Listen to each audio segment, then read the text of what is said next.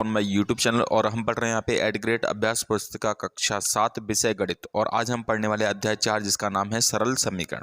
तो सभी क्वेश्चनों को हम बारी बारी से सॉल्व करेंगे और अगर आप इस चैनल पे पहली बार आए हो और कक्षा 7 के एड ग्रेड और सभी क्वेश्चनों को सॉल्व करना चाहते हो तो हमारे इस चैनल को जरूर सब्सक्राइब कर लीजिए। तो चलिए शुरू करते हैं। सबसे पहले हम बात करते हैं बच्चों यहाँ पे ऑब्जेक्टिव क्वेश्चनों के बारे में। तो देखो ऑब्जेक्टिव क्वेश्चन क्या है, सबसे पहले हम लोग ऑब्जेक्टिव क्वेश्चन यहाँ से सॉल्व करेंगे।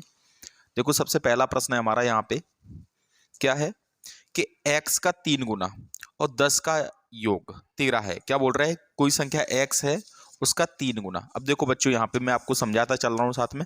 x का 3 गुना यानी x में कितने गुना करेंगे, 3 का गुना करेंगे और 10 का योग यानी कि इसमें 10 जोड़ेंगे, वो कितना आता है 13 आता है। तो इस तरीके से आपका समीकरण क्या बन गया, x का 3 में गुणा करेंगे तो क्या हो जाएगा 3x और प्लस का 10 बराबर कितना हो गया 13।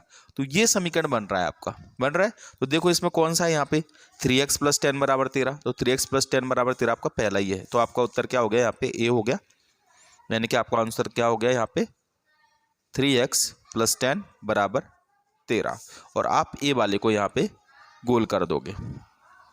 आ गया समझ में आपको, ठीक है। अब इसके बाद हमारा अगला प्रश्न है question number second. Question number second क्या है बच्चों, क्वेश्चन नंबर सेकंड है बी को 6 से विभाजित करने पर, बी को अगर हम 6 से विभाजित करें, ठीक है, तो बी को हमने क्या कर दिया यहाँ पे, देखो समझाता चल रहा हूँ, बी को 6 से विभाजित करने पर क्या है 5 प्राप्त होता है। कितना मिलता है हमको, 5 प्राप्त होता है। तो इसमें कौन सा समीकरण बनेगा, तो समीकरण को सॉल्व करने के लिए क्या करेंगे यहाँ पे, बी को 6 से विभाजित करने पर कितना 5 बनेगा। तो ये वाला आपका समीकरण बन रहा है डी वाला। तो उत्तर क्या हो गया यहाँ पे, डी हो गया, b/6 बराबर कितना हो गया बच्चों 5। ठीक है, तो उत्तर डी वाला है। तो डी वाले को यहाँ पे हम गोल कर देंगे। दोनों क्वेश्चन क्लियर हो गए, ठीक है। अब तीसरे क्वेश्चन पे आते हैं। तीसरा क्वेश्चन क्या है, तीसरा क्वेश्चन है बच्चों हमारा यहाँ पे कि समीकरण x + 3 का हल बताना है, यानी आपको आंसर बताना है। तो आंसर कैसे निकालते हैं आपको पता होगा, यहाँ पे x + 3 बराबर कितना है 0 और x = 0 है और 3 इधर जाएगा तो क्या हो जाएगा माइनस का। तो x बराबर क्या हो गया बच्चों, x बराबर हो गया -3। तो आंसर आपका क्या है इसमें -3। -3 कौन सा है, b वाला। तो उत्तर क्या हो गया हमारा, b हो गया यहाँ पे -3 और b वाले को यहाँ पे क्या कर देंगे, गोल कर देंगे इस तरीके से। आ गया समझ में किस तरीके से करना है। ये आपका क्वेश्चन नंबर क्या हो गया, 3 हो गया कंप्लीट, ठीक है। अब आते हैं हम यहाँ पे क्वेश्चन नंबर 4 पे। क्वेश्चन नंबर 4 क्या है, देखो निम्नलिखित समीकरण को संतुष्ट करने वाला चर का सही मान चुनें। निम्नलिखित समीकरण को संतुष्ट करने वाले चर का सही मान चुनें। तो इसमें बताओ, इसमें से ये बोल रहे हैं कि कौन सा आंसर सही होगा। तो बताओ 1 होगा या 2 होगा। तो पहले हम क्या कर लेंगे, इसको सॉल्व कर लेंगे। इसको सॉल्व कर लोगे तो आपको क्लियर पता चल जाएगा। देखो बच्चों कैसे करना है इसको, आपको ये चेक करना है कि चर का सही मान कौन सा है। तो आपको क्या करो, इसी को सॉल्व कर दो समीकरण को। तो समीकरण सॉल्व करते हैं। समीकरण कैसे सॉल्व करेंगे, देखो 4n + 17 बराबर कितना है 25। ये नंबर है ना, इस नंबर को इस नंबर के पास पहुंचाएंगे तो 4n बराबर के उस साइड जाएगा तो 25 और ये जाएगा तो क्या हो जाएगा -17। तो 4n बराबर कितना होगा, 25 में 17 जाएंगे, ठीक है। तो 25 में 17 जाएंगे तो कितने बचेंगे यहाँ पे, देखो 15 में 7 जाएंगे तो 6, ठीक है। 15 में 7 जाएंगे तो कितने बचेंगे यहाँ पे 8 बचेंगे, ठीक है।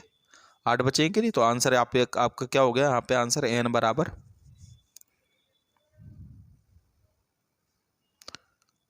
ठीक है, आंसर हो जाएगा आपका यहाँ पे 8/4। तो 4 दूनी 8। तो n बराबर कितना हो जाएगा बच्चों, 2 हो जाएगा, ठीक है। तो आपको उत्तर यहाँ पे b है और यहाँ पे आंसर आप भर लेना इसको 2। b उत्तर हो गया और आंसर कितना हो गया 2 हो गया। क्लियर हो गया यहाँ तक। आपका 5वां प्रश्न आता है। देखो 5वां प्रश्न क्या है हमारा, 5वां प्रश्न है यहाँ पे f(x) = 10 है, उसका आंसर बताना है। तो वही सेम क्वेश्चन है, f(x) बराबर कितना है, सॉरी 5x बराबर कितना है 10। तो x बराबर कितना हो जाएगा यहाँ पे 10 और ये गुणा वाली संख्या बटे में चली जाएगी 5 और तो 5 दूनी 10। तो x बराबर कितना आ गया 2।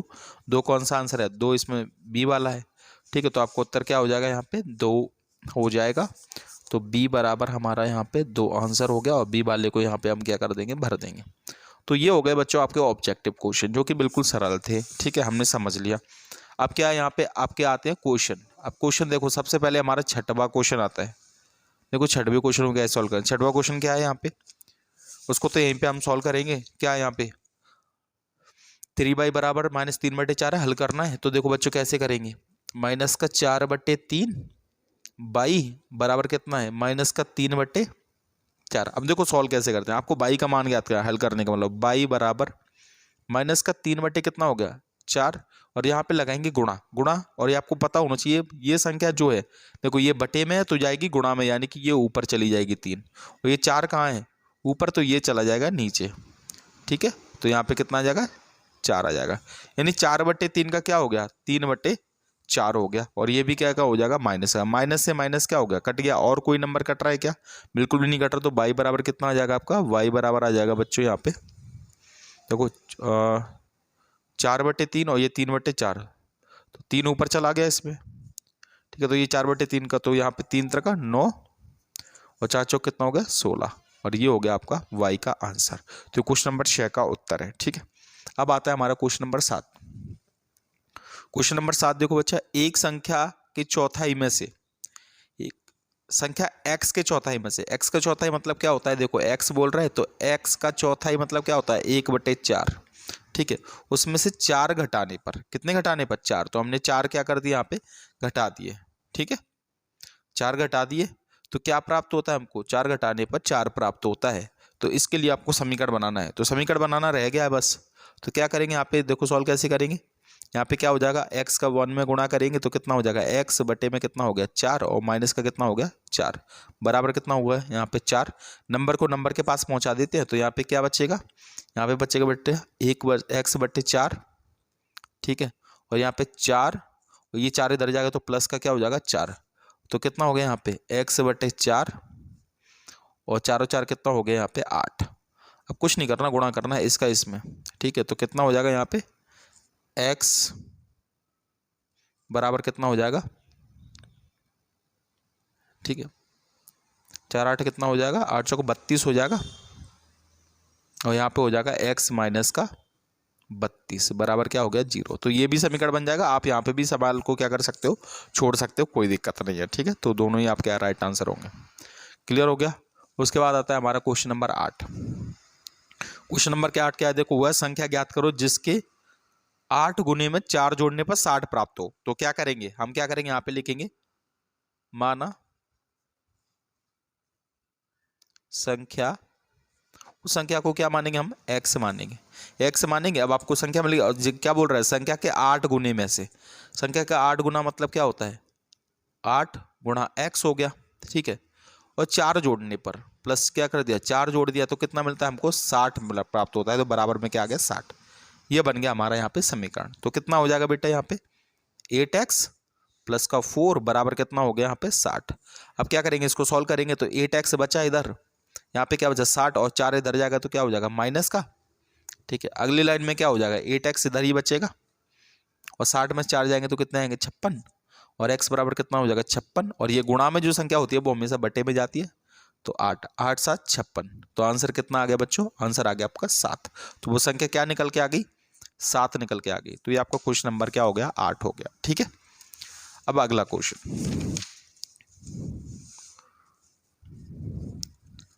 अब क्वेश्चन नंबर 9 देखिए। क्वेश्चन नंबर 9 क्या है हमारा,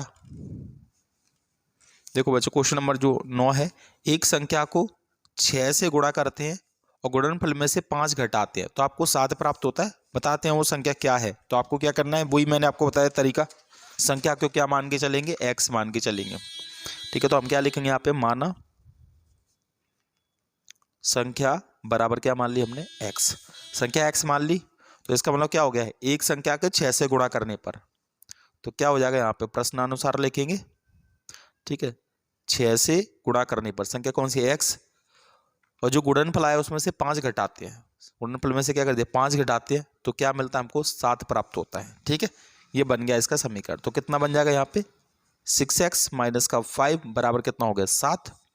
ठीक है, और यहाँ पे 6x 7, और ये 5 इधर जाएगा तो क्या हो जाएगा प्लस का 5। तो अगली लाइन क्या हो जाएगी यहाँ पे 6x इक्वल टू 7 और 5 कितने हो गए 12, और x इक्वल टू कितना हो गया 12/6, 6 दूनी 12, तो x बराबर कितना हो गया 2, x बराबर 2। तो ये आ गया आपका यहाँ पे आंसर। ठीक है, यानी कि संख्या क्या हो गई वो 2 हो गई। क्लियर, ये आपका नवा क्वेश्चन था। ऐसे हमारा क्वेश्चन नंबर 10 बच्चों अगर आपको ये वीडियो पसंद आ रहा है तो प्लीज़ वीडियो को लाइक ज़रूर कर देना और चैनल को सब्सक्राइब जरूर करना है आपको सभी वीडियोस के लिए। अगर आप और भी गणित में कई सवाल सीखना चाहते हो तो हमारे चैनल को जरूर सब्सक्राइब कर लेना। देखो यहाँ पे 3m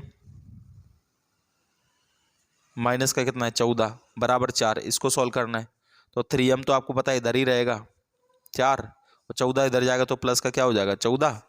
ठीक है, यहाँ पे क्या हो जाएगा 3m बचा और 14 प्लस 4 कितना हो जाएगा 18 हो गया। और m बराबर कितना हो जाएगा यहाँ पे 18 बटे में 3 कहाँ चला जाएगा बटे में 3 6 18। तो m बराबर कितना आ गया बच्चों, m बराबर आ गया आपका 6। तो ये आ गया आपका आंसर। ठीक है, उत्तर हो गया ये, इसको नोट कर लेना।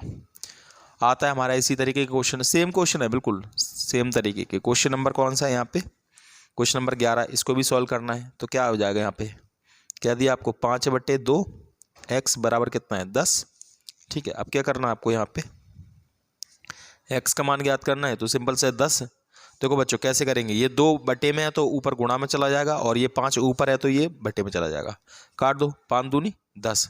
तो x बराबर कितना आ गया 2 बचा ऊपर और गुणा में 2 तो x बराबर आ गया यहाँ पे 4।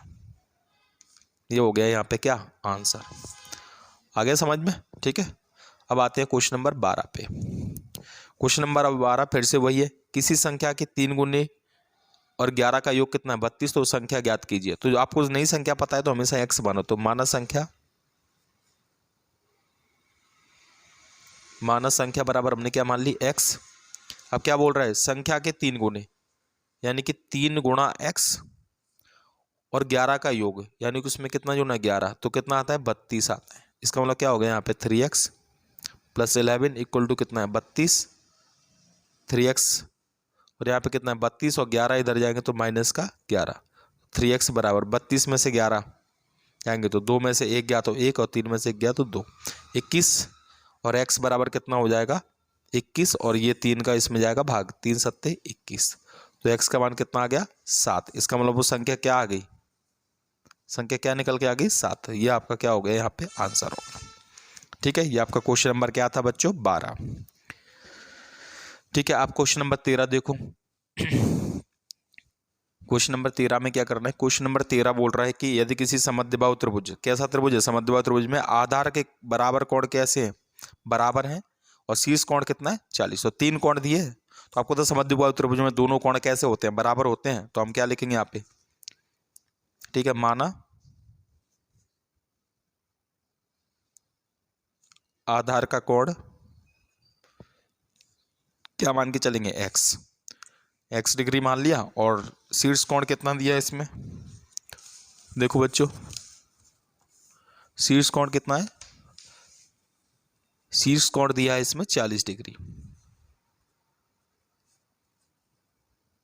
ठीक है, तो आपको पहले ही पता है त्रिभुज के तीनों कोणों का योग कितना होता है 180 होता है। तो यहाँ पे प्रश्नानुसार लिख देंगे हम लोग।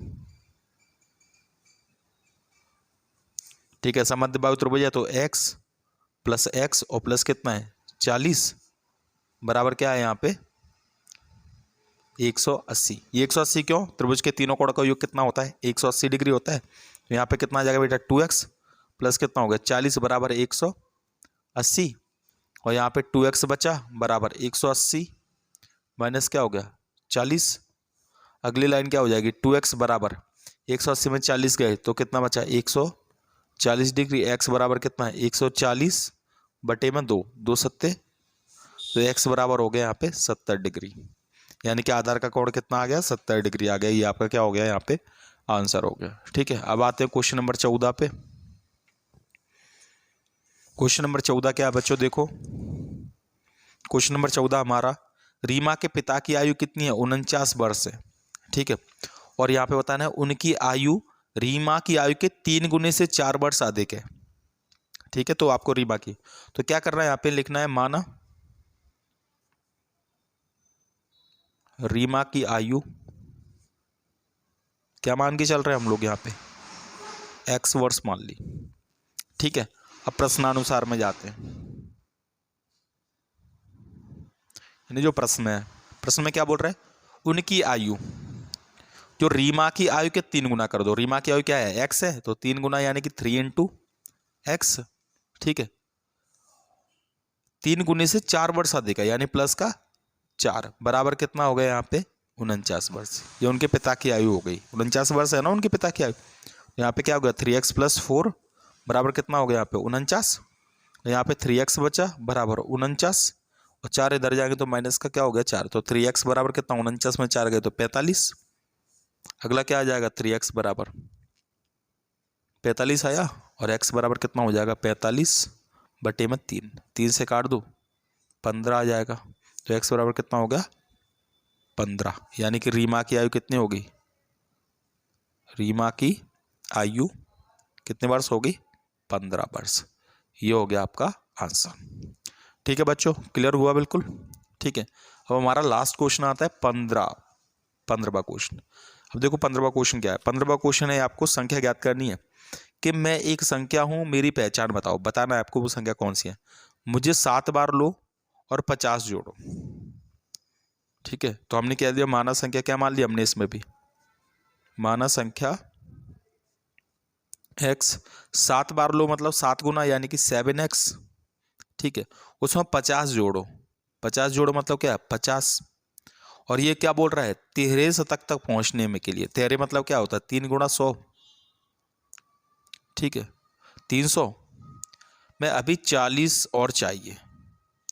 ठीक है, यानी कि 13 शतक में पहुंचने के लिए आपको कितने चाहिए 40 और चाहिए, यानी कि 40 क्या कर दिया हमने कम कर दिया। ठीक है, तो यहाँ पे क्या हो गया 7x + 50 और 300 माइनस कितना हो गया 40 और 7x + 50, 300 में 40 गए तो 200 कितना हो गया 60।